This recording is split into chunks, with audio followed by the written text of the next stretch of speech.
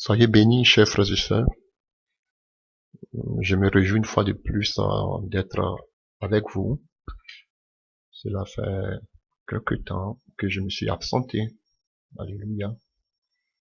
Ce n'était pas facile, mais par vos prières, par vos encouragements, je pense que Dieu nous a donné la force, le courage encore de pouvoir être avec vous pour continuer la mission à laquelle le Seigneur nous appelle jusqu'à son retour.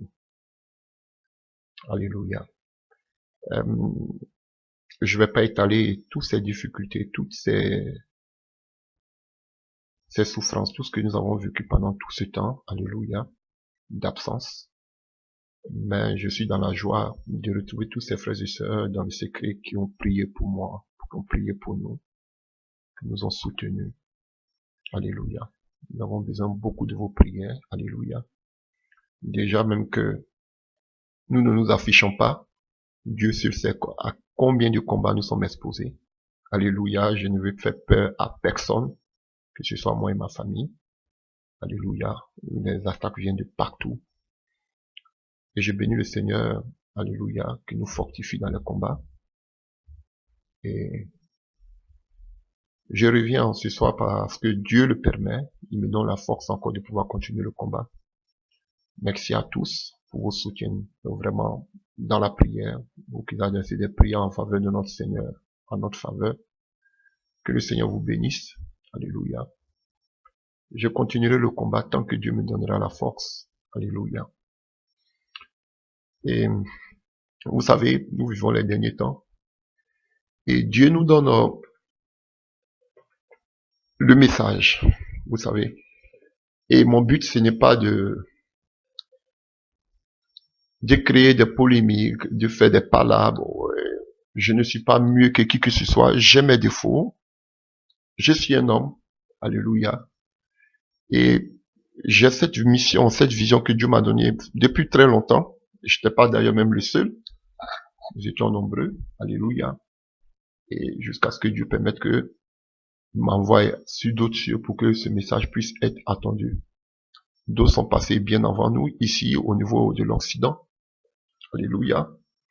Et nous bénissons le Seigneur pour l'œuvre qui se fait. Voilà. Et nous sommes des frères, et lorsqu'on voit que certaines personnes, je peux pas, excusez-moi de m'exprimer ainsi, ont bien commencé. Alléluia. Et qu'on voit que, à un certain moment, ils commencent à dévier. Nous ne sommes pas meilleurs que ces gens-là. Nous avons aussi des défauts. Alléluia. Et notre but, de la même manière que nous voulons aider, nous voulons sonner aussi de la trompette, comme eux-mêmes le disent. Alléluia. Nous aussi, à notre niveau, quand on voit que un de nos frères, ou bien quelqu'un qui a bien commencé dans le message, commence à dévier, je pense que c'est normal que nous puissions ramener le frère à la raison. C'est la mission. Vous savez, avant que en Israël, vous savez, on parle beaucoup d'Israël, parce que Jésus l'a dit à la femme samaritaine, le salut vient des Juifs. C'est la vérité, frère. Sans les Juifs, on n'aura pas aujourd'hui l'évangile. Et celui qui a créé les cieux et la terre, alléluia, s'est révélé au peuple d'Israël. Donc c'est d'eux que vient le salut. Donc on ne peut pas si on peut parler de la civilisation humaine, ou bien si on peut parler de qu'on appelle de toutes sortes de créations, Dieu qui a tout créé s'est servi préalablement, alléluia, au début du peuple d'Israël. Alléluia. Des patriarches qui n'étaient même pas des Israélites. Alléluia. Donc, les descendants sont devenus des Israélites plus tard.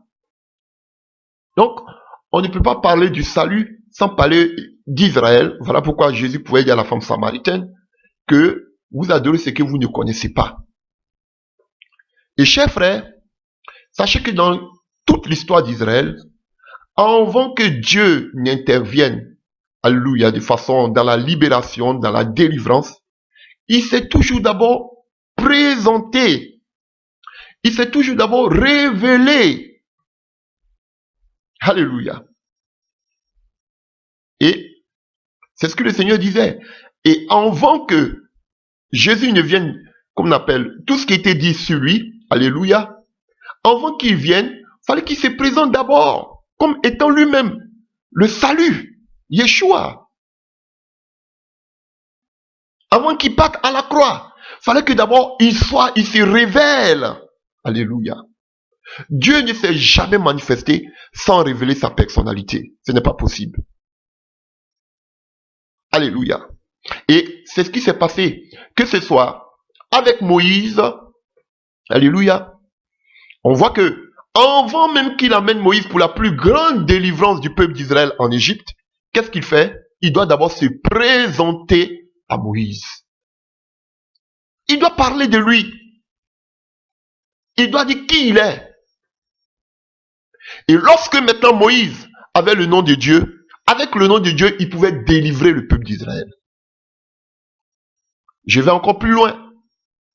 Et quand je parle d'Élie ou d'Élisée, alléluia, Élisée qui signifie l'Éternel est salut, Yoshua, alléluia, et Élia, son prédécesseur, alléluia, on voit qu'il s'appelait, il était quoi? Serviteur, qu'on appelle du Dieu d'Israël, où l'Éternel est Dieu. Vous voyez?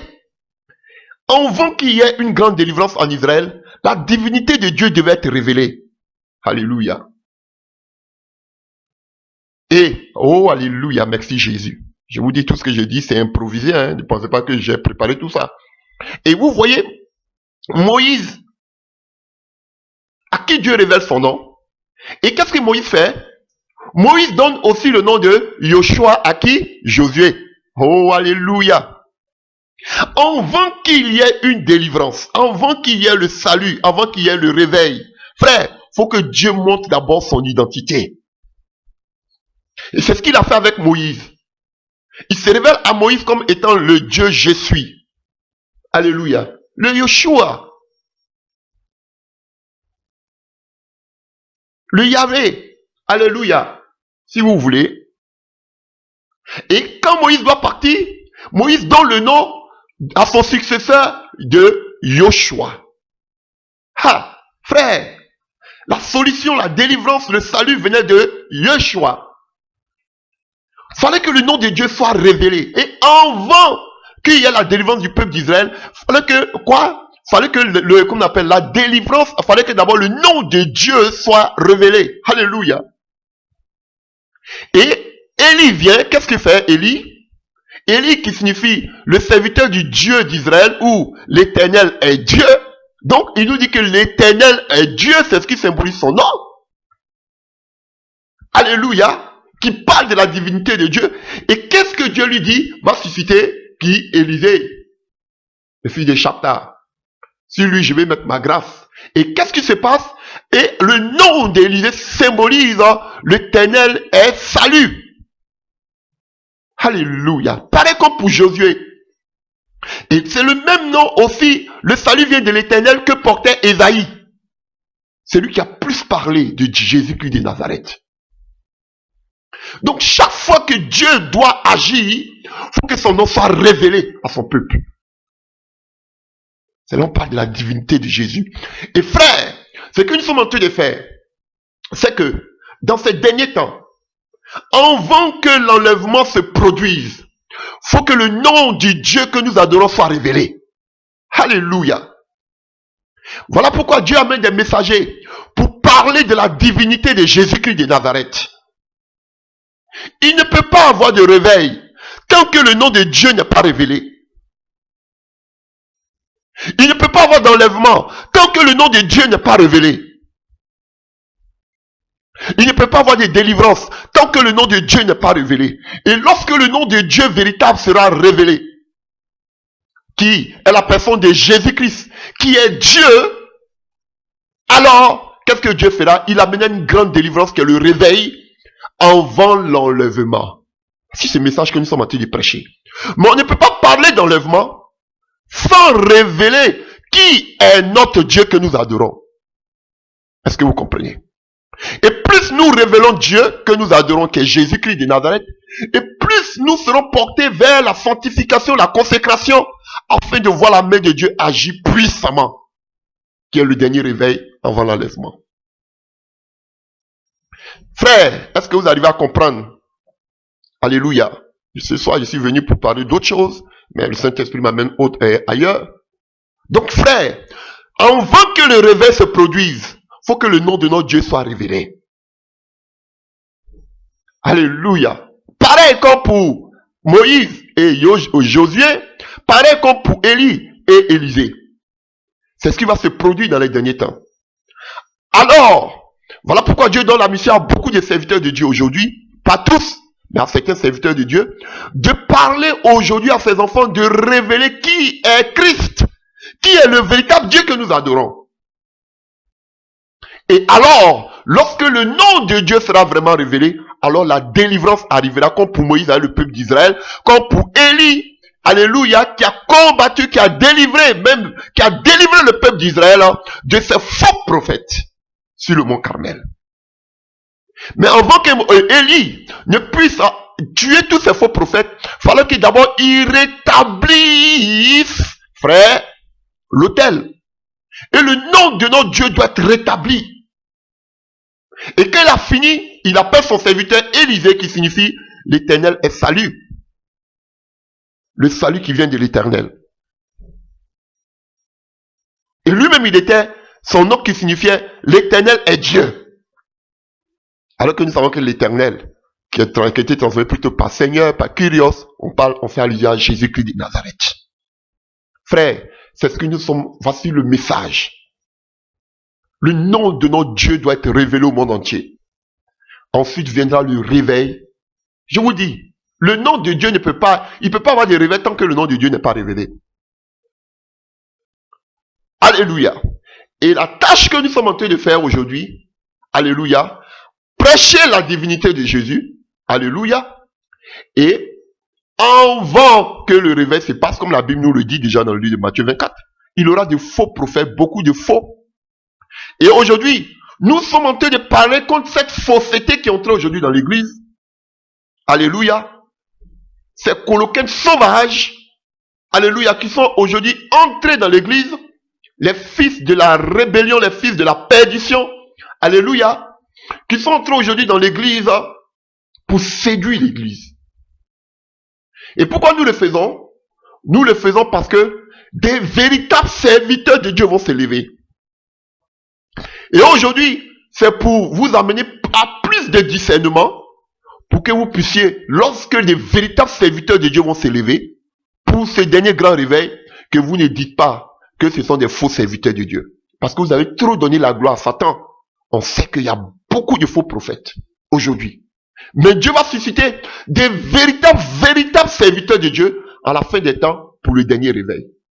Et maintenant, tout ce que nous faisons, c'est d'ouvrir vos yeux pour que vous puissiez faire la différence entre ces faux serviteurs et ces vrais serviteurs que Dieu va te préparer dans les coulisses, dans le secret. Alléluia. Parce que on sait qu'il y a des faux serviteurs, mais vous avez donné toute la puissance, le pouvoir au diable. On sait que Jésus n'a jamais perdu une bataille. Et dans les derniers temps, il ne perdra pas aussi la bataille.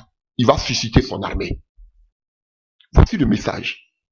Jésus va susciter son armée équipée de façon puissante pour le dernier réveil. Oui, chers frères et sœurs, voici le message que nous prêchons. Et dans ces derniers temps dans lesquels nous sommes, vous devez, un homme sans discernement est un homme mort. Vous comprenez? Parce que toutes ces personnes aujourd'hui, que ce soit ces faux pasteurs, ces gens autoproclamés par les hommes, ils écoutent aujourd'hui toutes ces prédications. Et aujourd'hui, ils sont en train de s'améliorer. Aujourd'hui, presque tout le monde maintenant commence à parler de la sanctification. Vous les voyez. Aujourd'hui, tout le monde maintenant commence à faire des œuvres sociales. Vous les voyez. Alléluia. Ils vont vous dire que eux aussi, tout le monde commence maintenant à parler de l'enlèvement, même s'ils ne croient pas. Parce qu'ils ne veulent pas être en marge pour qu'on puisse les indexer. Chers frères, trop de ruses aujourd'hui dans l'église. Ils sont devenus de véritables rusés. Alléluia. Donc vous devez user, vraiment, je vous en supplie, de beaucoup de discernement. Parce que le monde, la mondanité, les œuvres occultes sont aujourd'hui entrés dans l'église. Et on fait beaucoup d'erreurs parce qu'on regarde à la personnalité. Je vais parler tout à l'heure, un frère. Alléluia. On regarde beaucoup à la personnalité. Et il y a un groupe de personnes dont je vais énumérer plus tard, pas aujourd'hui, pas dans cette prédication, que je nomme D'Artagnan et ses mousquetaires. Alléluia. Dont je regardais une vidéo une fois, dans mon pays d'origine, la capitale, où D'Artagnan, le gourou, dont eux-mêmes ils se nomment les patrons de la francophonie, alléluia, pouvait définir, qu'on pouvait faire la théorie sur le voyage astral. Et ces mousquetaires qui sont là toujours en uniforme, alléluia, dont un parle, dit qu'il prête toujours sur la sanctification, il devant ces personnes, ces mousquetaires, et qu'on appelle D'Artagnan est tenté de parler de comment sortir de son corps, comment faire le voyage astral. Mais je n'ai pas vu un des mousquetaires qui dit, soi-disant parler de la sanctification, je ne l'ai pas vu broncher, je l'ai vu au contraire applaudir. C'est même personne qui disait que on peut pas s'associer ensemble pour pécher ensemble. Mais vous êtes là, lorsque ces personnes-là sont en train de faire la démonstration du voyage astral. Voici l'abomination aujourd'hui dans l'église. Frère, vous devez user de discernement. Usez de discernement. Aujourd'hui, et tous vont vous parler de sanctification aujourd'hui, maintenant. Et tous vont commencer à vous parler de péché. Alléluia. Et tous vont commencer à vous parler maintenant de bonnes œuvres. Et justement, par rapport à ça, pourquoi je fais cette vidéo? Je fais un retour. Je ne voulais pas entrer comme ça de façon fracassante. Alléluia. Mais je voudrais parler à un frère. Je l'aime. Alléluia. Je l'aime beaucoup. Alléluia. Et vraiment, par lui, aujourd'hui, beaucoup de personnes ont connu le message sur la divinité de Jésus. C'est vrai qu'on le connaissait déjà, mais pas tout le monde.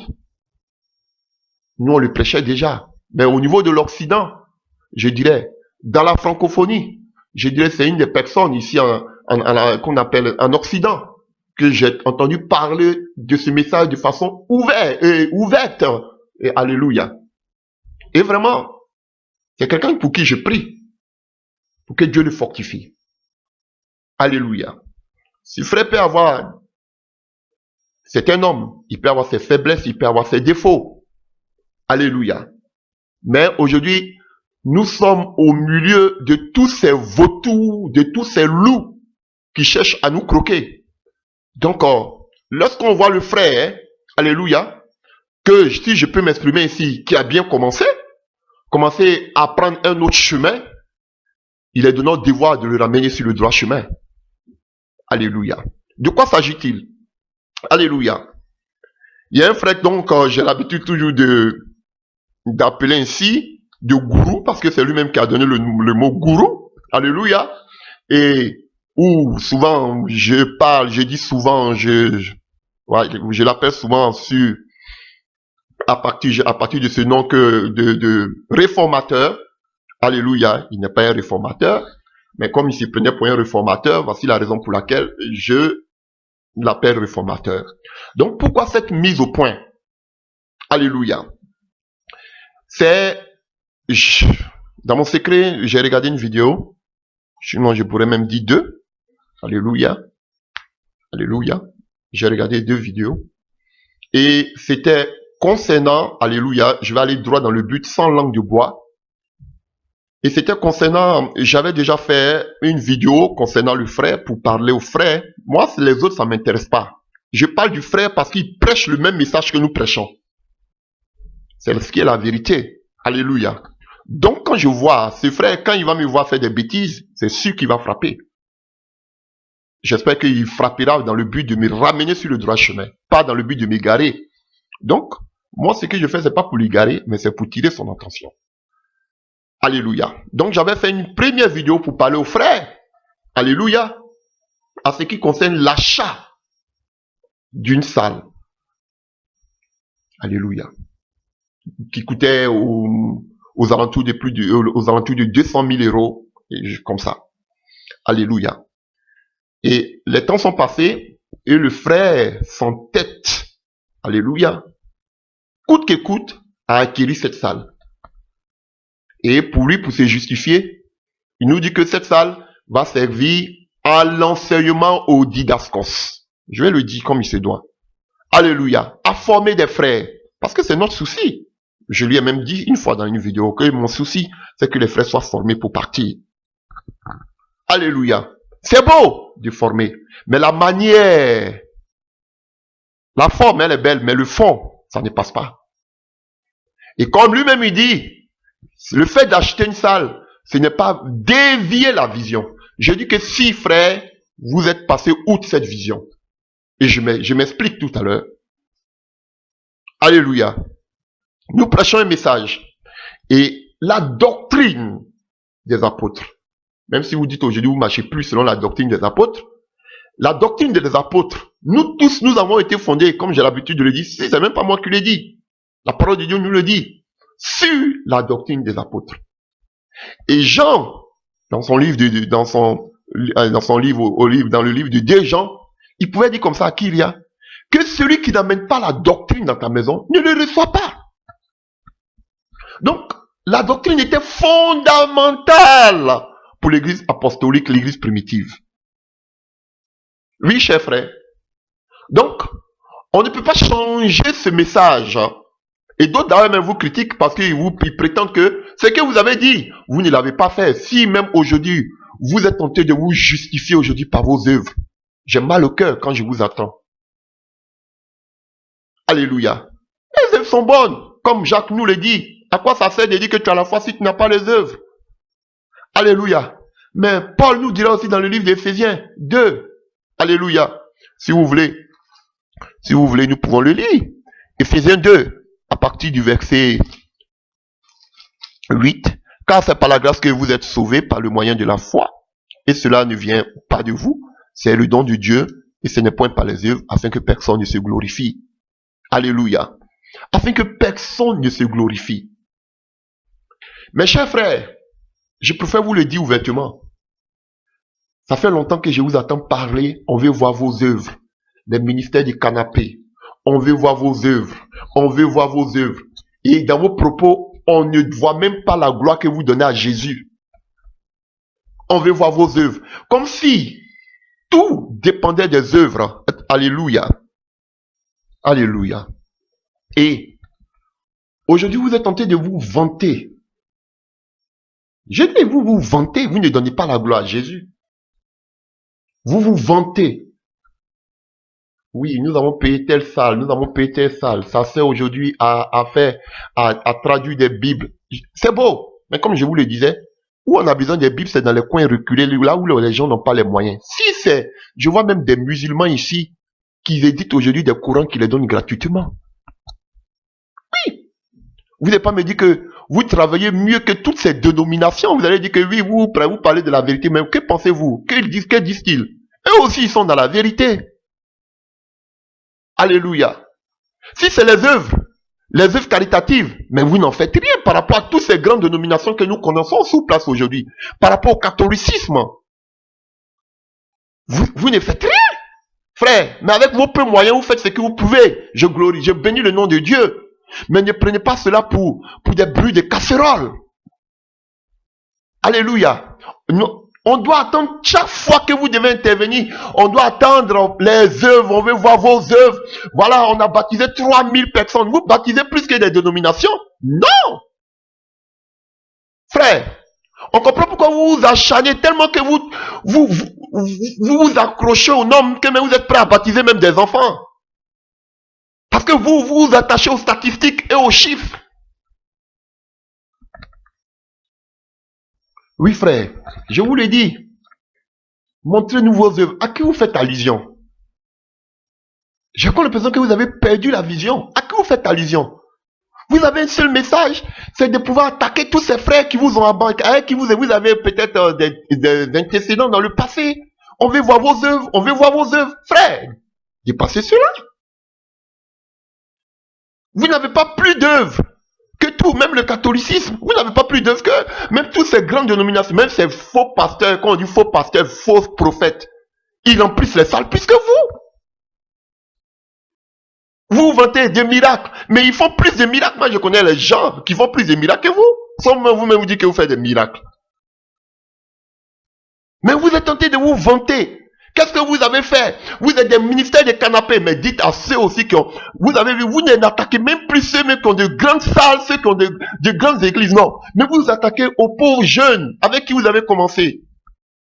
Parce que vous êtes enragés. Qu'est-ce que vous avez? Je ne sais pas. Chers frères, je vous parle aujourd'hui, je ne veux même pas, je vais vous parler de cœur à cœur. C'est dommage que peut-être d'autres personnes vont l'écouter. Mais qu'est-ce que vous avez? Reprenez-vous, frères. C'est pas une question d'œuvre.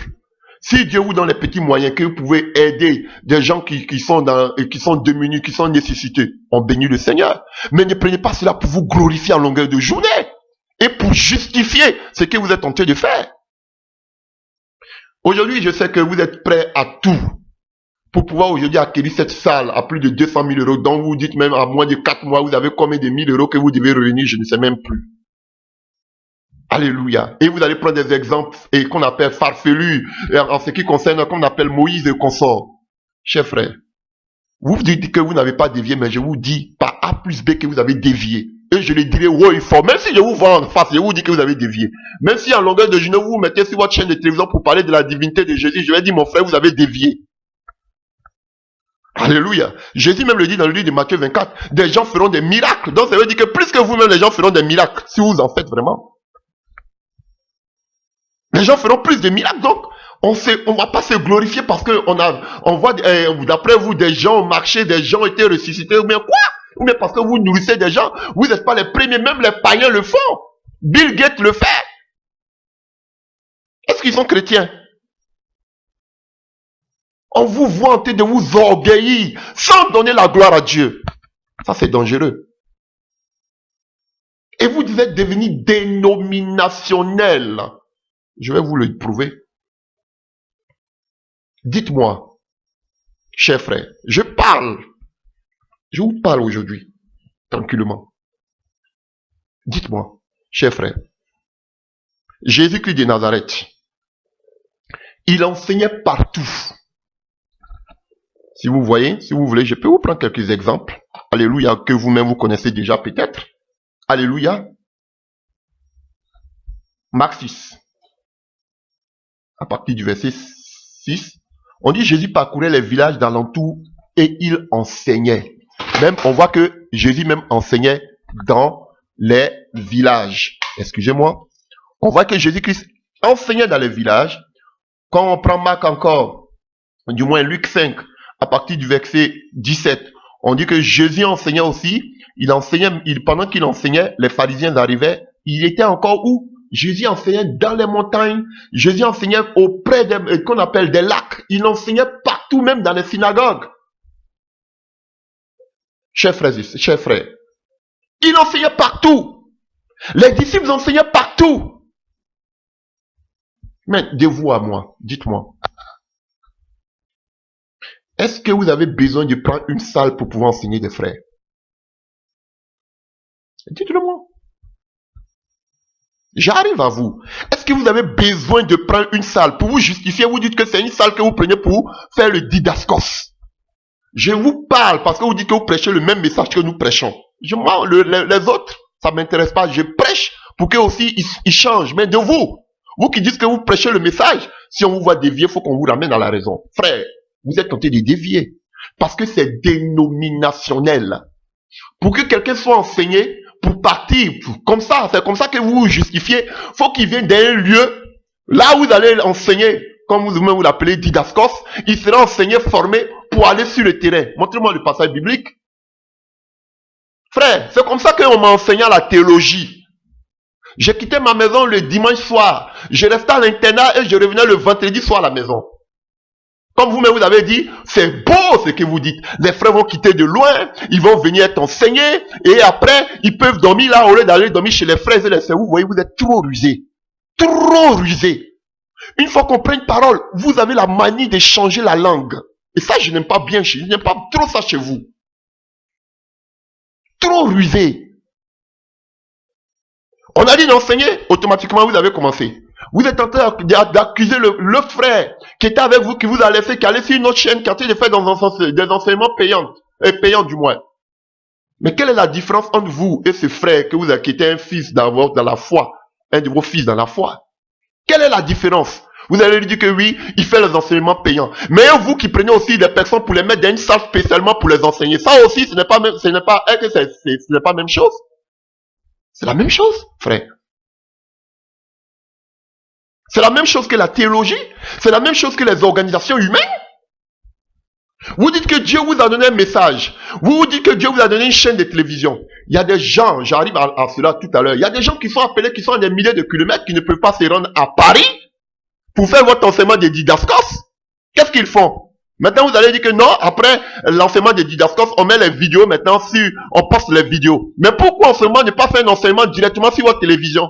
Pourquoi les gens doivent venir spécialement dans un lieu pour pouvoir faire des enseignements et puis après vous allez maintenant balancer les vidéos? Pourquoi vous ne faites pas un enseignement directement? À partir de votre, je sais pas, à partir de votre chaîne de télévision, je sais pas, de télévision ou de quoi? Pourquoi vous ne le faites pas directement, frère? C'est rusé. Ça cache vos ambitions. C'est-à-dire vous voulez à tout prix acquérir cette salle. Comme vous-même vous le dites, parce qu'il y a eu une opportunité, donc il faut que vous tombez dessus, ça va servir à l'avancement de l'œuvre de Dieu. Et vous parlez d'héritage, donc c'est donc des bâtiments que vous allez donner comme héritage à ces personnes, j'en viens. Alléluia. Qu'est-ce que vous enseignez aux gens à didascos que vous ne pouvez pas enseigner sur votre chaîne direct devant tout le monde entier? Qu'est-ce qui est de secret, caché? Jésus n'a jamais caché un message. Les apôtres n'ont jamais caché un message. Mais maintenant, si vous dites que vous ne cachez rien, tout est ouvert parce que lorsque vous avez fini d'enseigner les personnes, vous mettez maintenant, comme on appelle, cela sur, vous postez cela, les vidéos. Mais en ce moment, pourquoi vous vous asseyez pas sur votre chaîne en même temps pour faire cet enseignement directement? Pourquoi vous voulez que les personnes viennent directement dans votre salle pour être formées? Voici la ruse. Voici où ça devient mondain. Parce que je le faisais à l'école théologique. On venait spécialement d'un lieu pour être formé. Même peut-être la différence chez vous, on ne paye pas. Et vous vous glorifiez de ce que beaucoup de personnes viennent pour être didascos. Pourquoi ils ne restent pas chez eux à la maison pour que vous les enseignez, vous enseignez tout ce que vous voulez faire à didascos là? Pourquoi vous n'enseignez pas maintenant à partir de votre chaîne de télévision? Frère, c'est rusé. Vous utilisez le fait didascos pour enseigner les frères, pour fermer la bouche à tout le monde, pour dire que c'est une bonne œuvre que vous êtes en train de faire. Mais je dis que vous vous égarez. Vous devenez dénominationnel. Et c'est quelque chose que je vais combattre farouchement. Qu'est-ce qui se passe? Frère, lisons. Quand nous prenons le livre des Actes des Apôtres, là, quand nous prenons le livre des Actes des Apôtres 1, alléluia, vous pouvez le lire, vous connaissez ce passage, alléluia. C'est moi lire, excusez-moi, rapidement.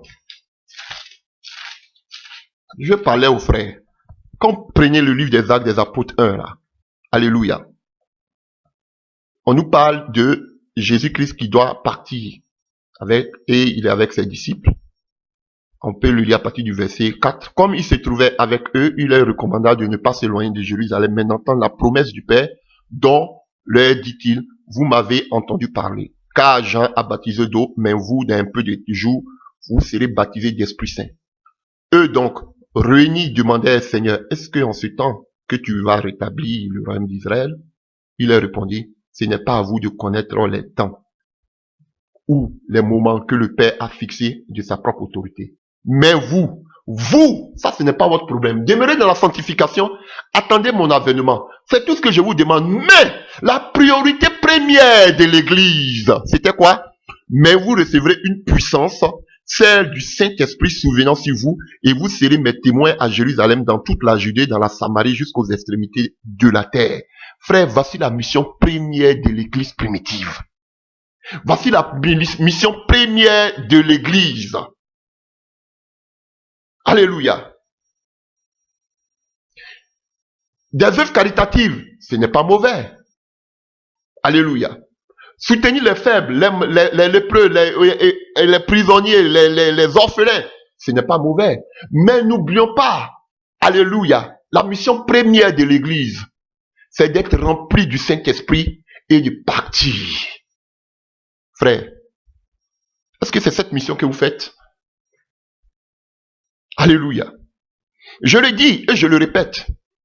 Ces personnes aujourd'hui, ils ont délaissé la présence du Saint-Esprit. La preuve, vous ne les enseignez même pas comment manifester les dons de l'Esprit. Ça, ce n'est pas votre problème.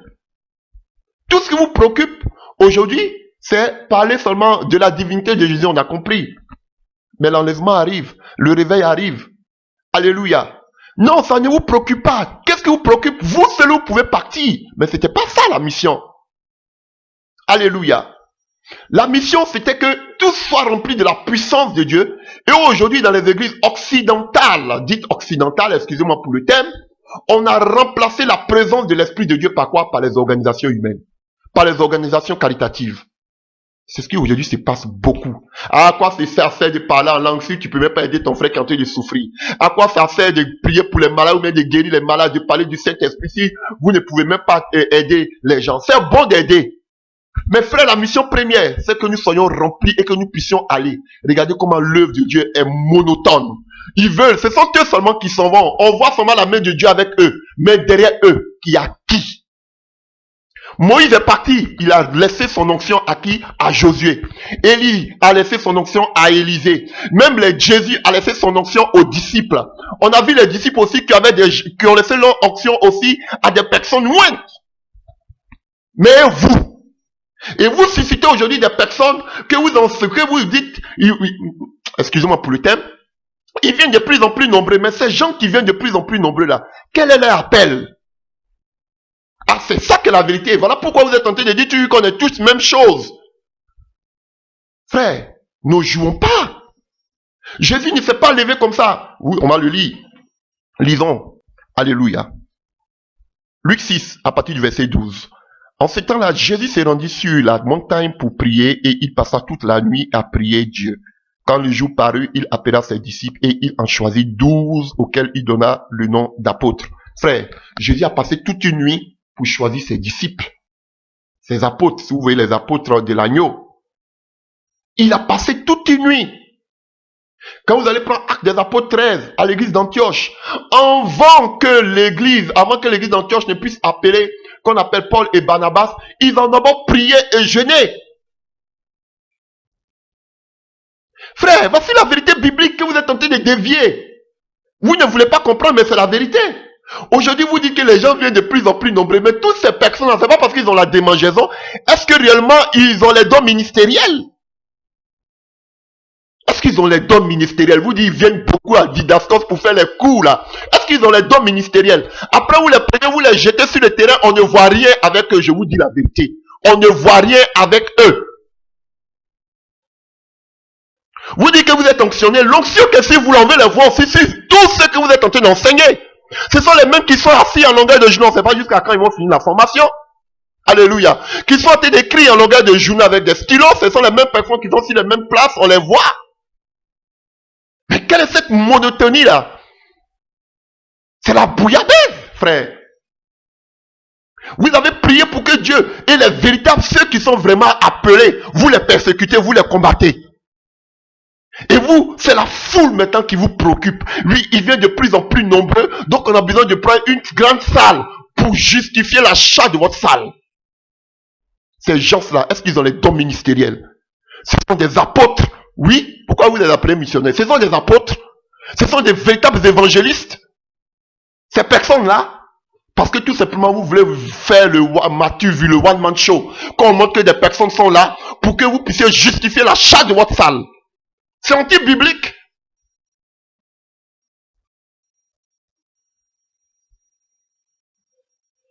Je le dis. Vous avez une chaîne de télévision. Vous voulez faire des enseignements. Donc tout ce que vous faites, ce n'est pas des enseignements. Tout ce que vous faites sur votre chaîne, ce n'est pas des enseignements. Dites-le nous. Ce sont des enseignements, mais ce n'est pas des enseignements. Alors si ce sont des enseignements, pourquoi vous voulez forcément faire du didascos à l'écart de tout le monde dans une salle spéciale? Ceux qui vont être formés pour aller, ils n'ont qu'à venir. C'est quoi tout ça? Ou bien quand vous allez dire qu'on veut former les frères pour les laisser, nous on va dire, ah oui, c'est une bonne chose. Ce n'est pas bien. Vous voyez comment la mondanité, l'organisation en train de venir petit à petit. Et c'est ce qui s'est passé avec les disciples. Quand on prend Actes des Apôtres 6. On voulait mettre les disciples dans le diaconat. Les apôtres dans le diaconat. On leur a dit, ah, vraiment il y a des problèmes avec les femmes des Hellénicites et les femmes des Hébreux, des Israélites. Il y a un problème. Les disciples ont été clairs. On ne peut pas siéger à la table et chercher la face de Dieu. Vous préoccupez-vous de la table, mais nous on se préoccupe de l'œuvre de Dieu. Mais aujourd'hui, regardez, tous ces serviteurs de Dieu, même soit ceux qui disent qu'ils prêchent aujourd'hui la vérité, ils sont en même temps dans l'enseignement, ils sont en même temps à la table.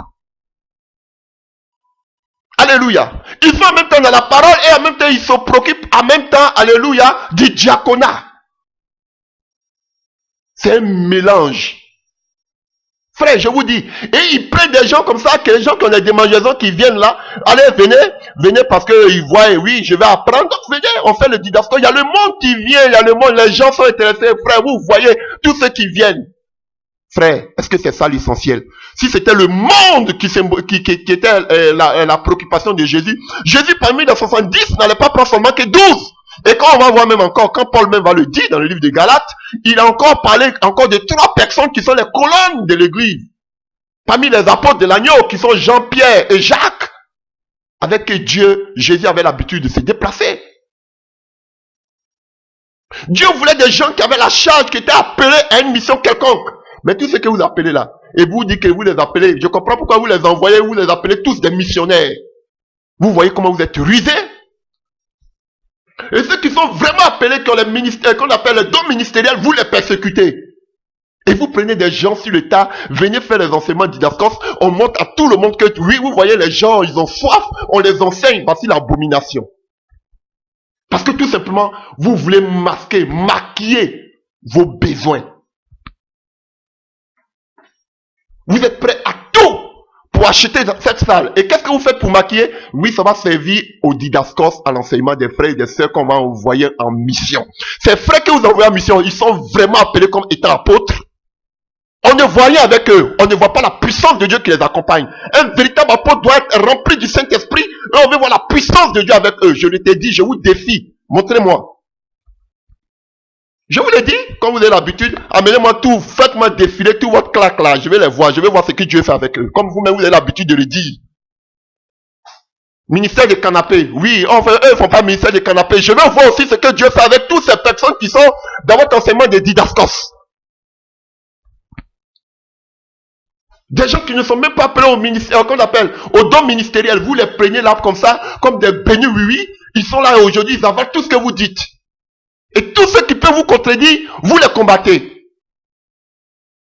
Et aujourd'hui, vous ne mettez même plus l'accent sur ce qui était la priorité de l'église qui est née à la Pentecôte, l'Esprit de Dieu. Non, vous ne mettez plus la priorité, ça ne vous intéresse plus. C'est l'organisation. Regardez les belles œuvres que nous faisons.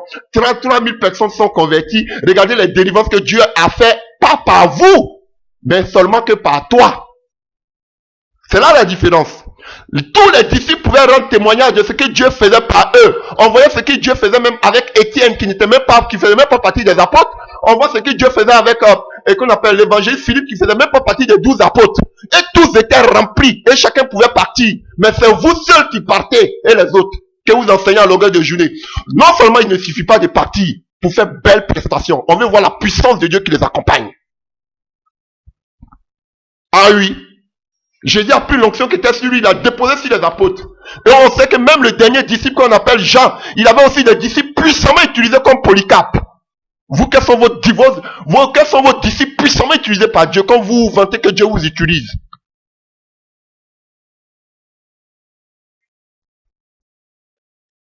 Ah, je vous dis la vérité, frère. Vous avez dévié. Parce que tout simplement, vous voulez acheter cette salle. Et qu'est-ce que vous faites? Vous vous justifiez. Par le didascos, les frères sont intéressés, ces sœurs sont intéressées, on est tous les mêmes choses. Est-ce qu'ils ont des dons ministériels? Ah oui, c'est la vérité. On veut voir la puissance de Dieu qui les accompagne. La Bible nous dit ici, vous recevrez une puissance. On veut voir la puissance qui les accompagne. On veut voir les délivrances avec eux. On ne parle même plus de vous là, parce que vous dites que vous êtes le gourou. Déjà, on sait que vous êtes le gourou. On veut voir tous ceux qui vous accompagnent, que vous êtes en train de former à longueur de journée là. On veut voir la puissance de Dieu qui est avec eux.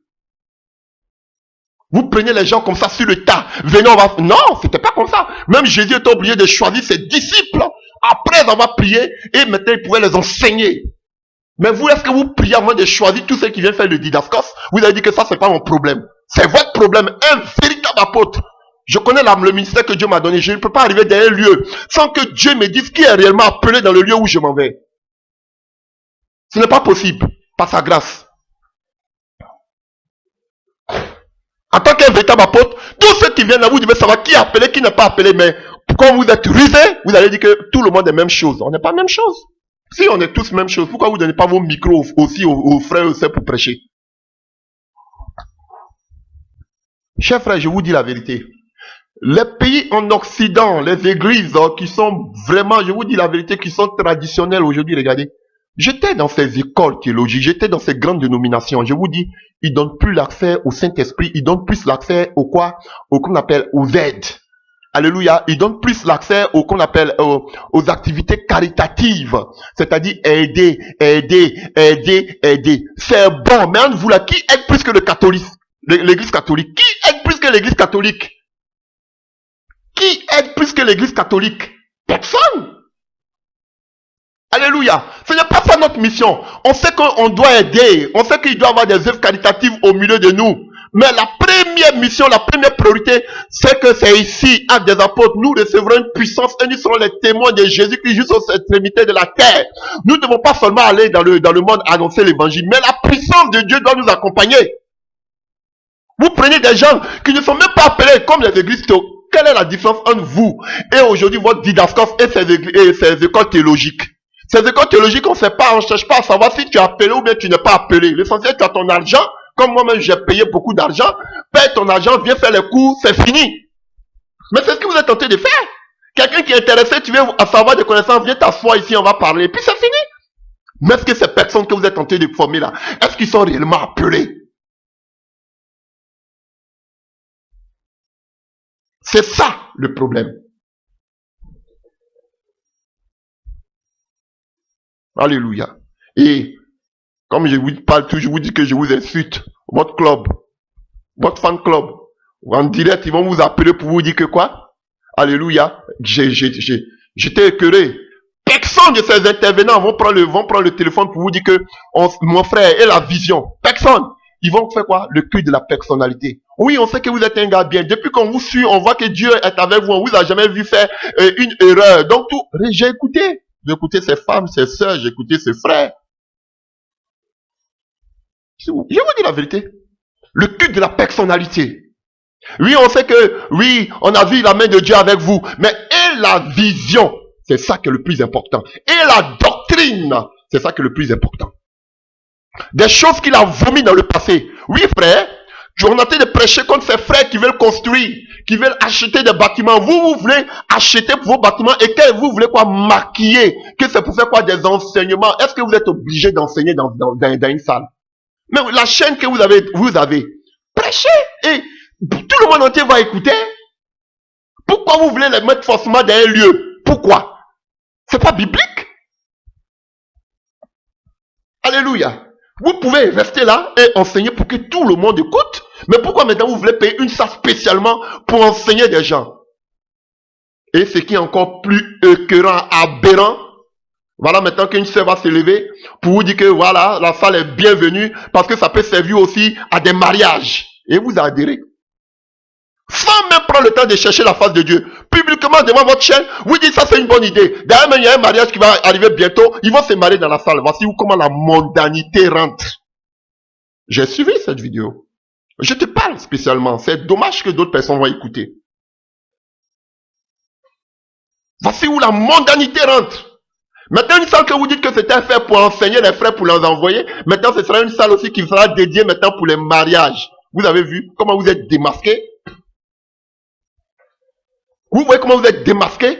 Et aujourd'hui, pour que les gens adhèrent, les gens cotisent, donnent de l'argent, maintenant vous allez parler de quoi? Les œuvres. Regardez tout ce que nous faisons, chaque année, chaque mois on donne 10 000 euros, on a beaucoup de projets, regardez les 3 000 convertis, regardez, on soutient, on donne à manger aux démunis, aux SDF, et ainsi de suite. Oh, la liste est longue à ne pas en finir. Frère, vous me demandez, et vous avez le culot de dire que vous n'avez pas dévié. Frère, j'ai dit que vous avez dévié. Parce qu'il n'y a pas de différence entre vous et la théologie. Vous allez dire que vous faites gratuitement. Je connais des écoles théologiques, quand tu n'as pas de moyens aussi, ils peuvent t'aider à faire la théologie, sans que tu payes. Quelle est la différence entre vous? Non, vous prêchez le message, c'est pas... C'est la même chose, frère. J'étais dedans. Quand je viens aussi, quand j'arrive aussi là, je dormais aussi là. Puis je prenais les coups et puis après je retourne en famille.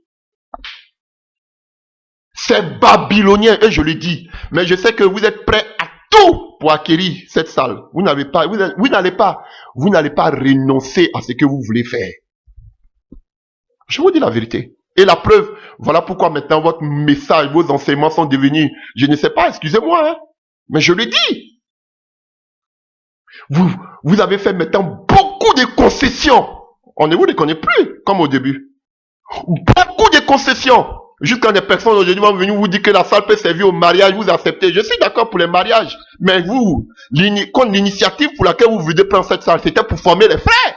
C'était pas pour servir au mariage, pour dire que quoi. Oui, la salle, ce n'est pas qu'on appelle dénominationnel ou bien ce n'est pas chose, mais la salle, c'est simplement c'est pour dire que tout le monde peut l'utiliser. Frère, c'est rusé.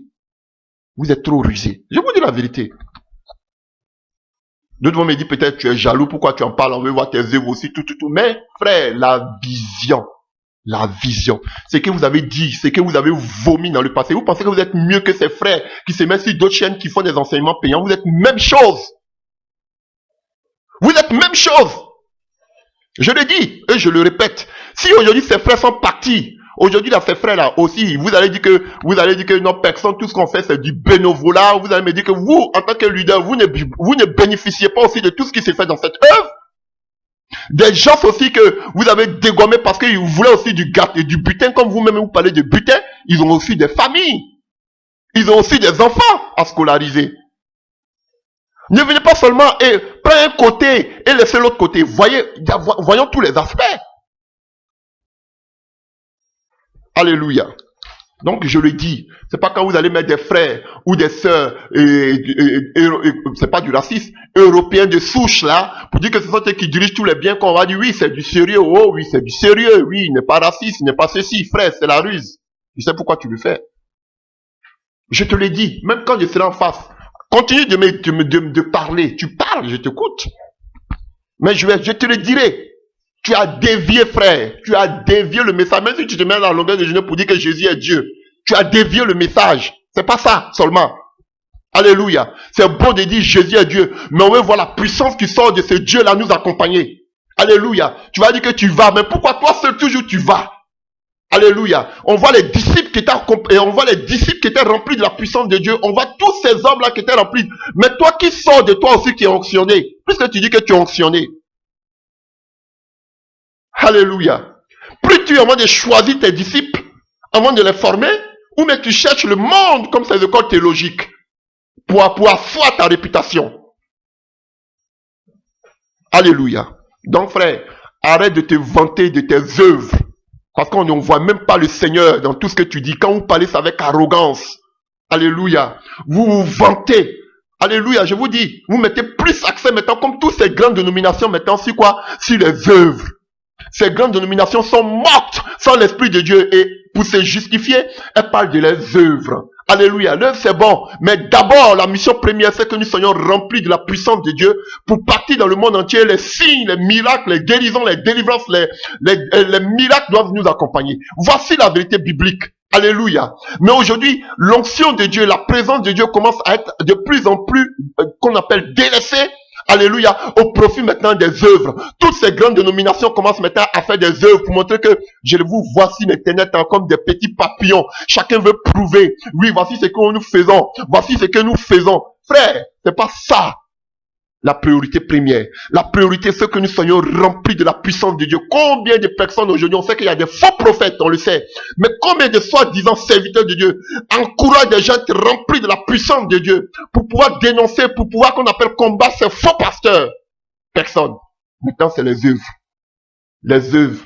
Puisque eux-mêmes qui disent qu'ils prêchent la vérité en guillemets, alléluia, qui se disent les réformateurs, parlent aussi des œuvres.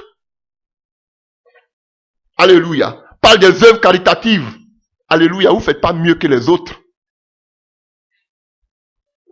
Donc, chers frères et sœurs, c'était mon message. Je voulais parler à ce frère. Alléluia. Je voulais lui parler. Peut-être que j'ai un peu débordé, vous m'excuserez, mais ce que je voudrais dire en 2 mots, c'est que, ce frère n'a pas le droit encore de payer des salles. Je ne veux même pas qu'il paye des salles. Parce que maintenant, en payant des salles, ils vont commencer à s'asseoir petit à petit. Ça va devenir une dénomination. Même s'ils vont vous dire, quand je vous dis que, je leur dis de libérer le peuple, ils vont dire que je les incite. Mais vous tenez le peuple captif. Quand disant que les frères vont venir beaucoup, ils vont dormir là, ils vont être ensemble. Mais vous tenez le peuple captif. Vous avez dit que non, c'est pour les envoyer. Non, frère, ils peuvent rester là-bas. Quand le temps de Dieu va venir, vous pouvez faire des enseignements. Si votre chaîne de télévision, le temps de Dieu va venir, ils vont partir. Ils n'ont pas forcément besoin d'être à côté de vous. Je vous dis la vérité. Alléluia. Donc, c'est là ce que je suis en train de dire. Cette œuvre va commencer à être une dénomination. Frère, et tout ce que vous avez prêché hier, aujourd'hui, ça tient de vous rattraper petit à petit. Vous commencez à être organisé de façon humaine. Alléluia. Et je vais aller encore plus loin. Tous ceux même qui parlaient d'œuvres caritatives, on le voit dans le livre des Actes des Apôtres 6, qu'on parle de tous ces qu'on appelle ces diacres, ils étaient remplis de la puissance de Dieu. Ils pouvaient même faire des délivrances, des guérisons puissamment.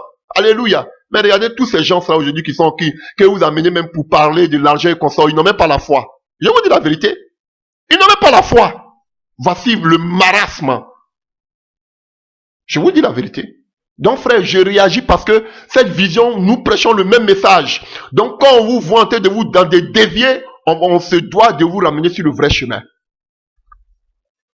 Alléluia. Et la deuxième des choses, frère, vous devez prier le Seigneur. Parce que la première des choses, Jésus-Christ de Nazareth, avant de commencer le ministère, avant de faire toutes choses, ces guérisons, ces délivrances, la première des choses qu'il a fait, c'est d'abord d'avoir des disciples.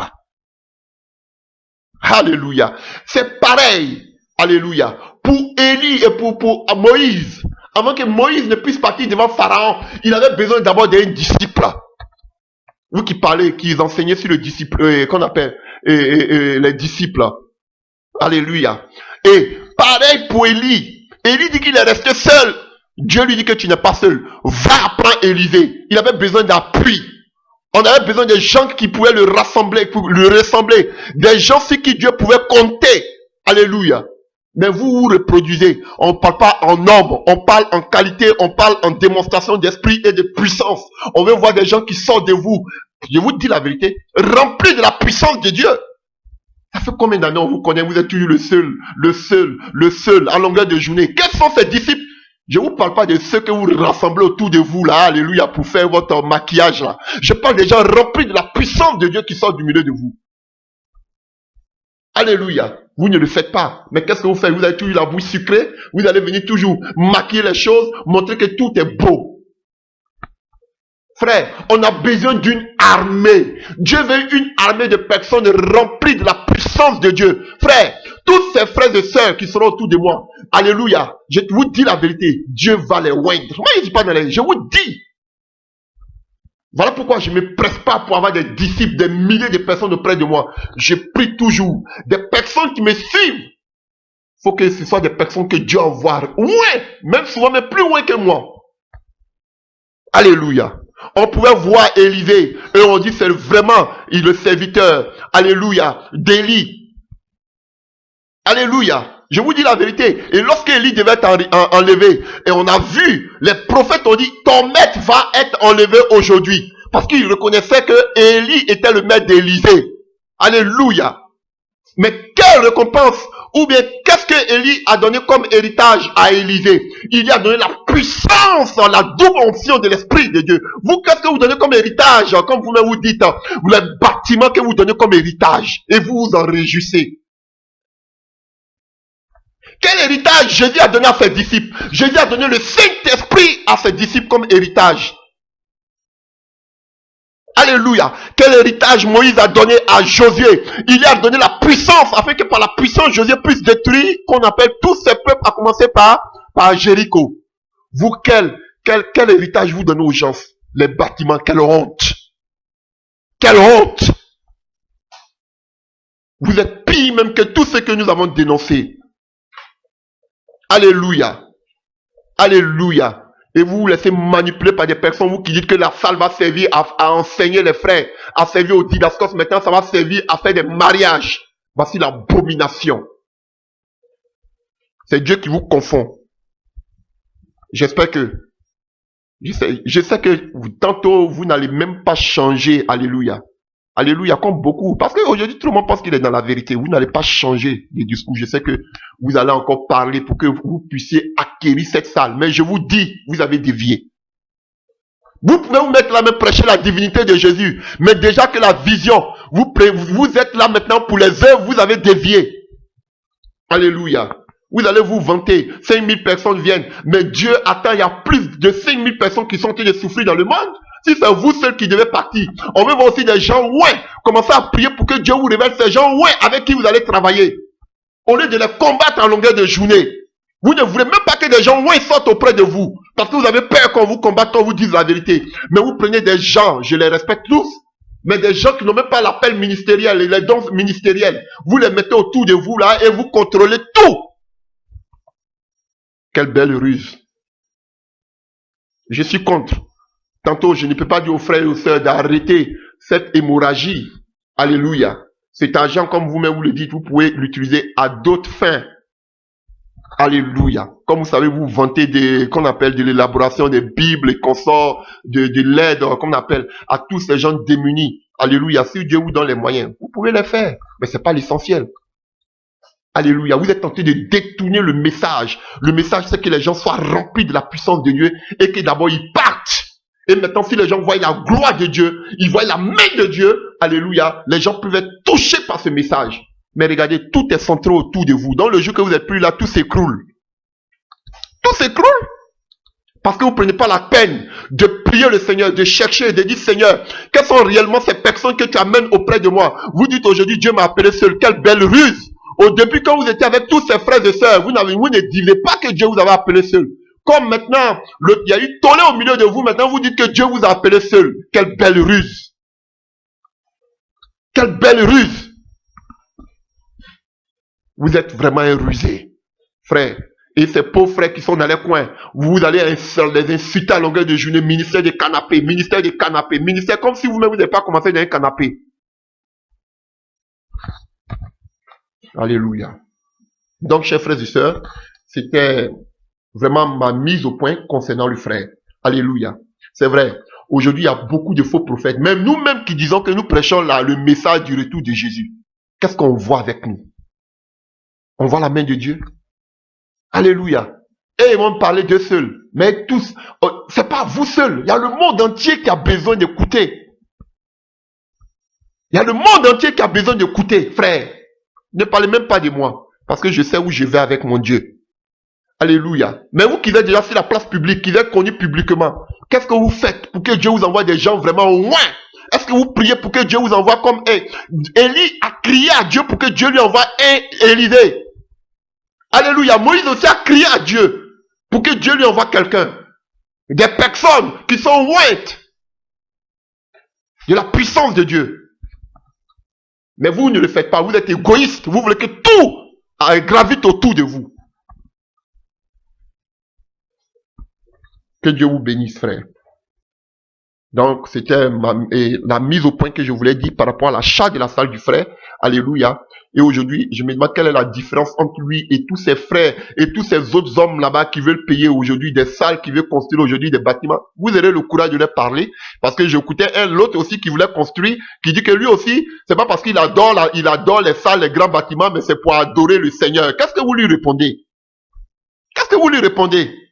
Puisque vous-même qui prêchez ce message, c'est que vous avez vomi comme un porc. Vous êtes venu encore vous jeter dans le bourbier. C'est que vous avez vomi comme dans qu'on appelle des chiens, vous êtes venus les remanger. Qu'est-ce que vous pouvez dire? Vous êtes devenus pareils comme eux. Quand je dis que vous avez pour dire vos gros ventres, vous avez tous. Vous avez la gloire. Vous pouvez parler. Vous avez des paroles mielleuses. Alléluia. Mais vous aimez trop la gloire de ce monde. Alléluia. Que Dieu vous bénisse. J'en ai fini.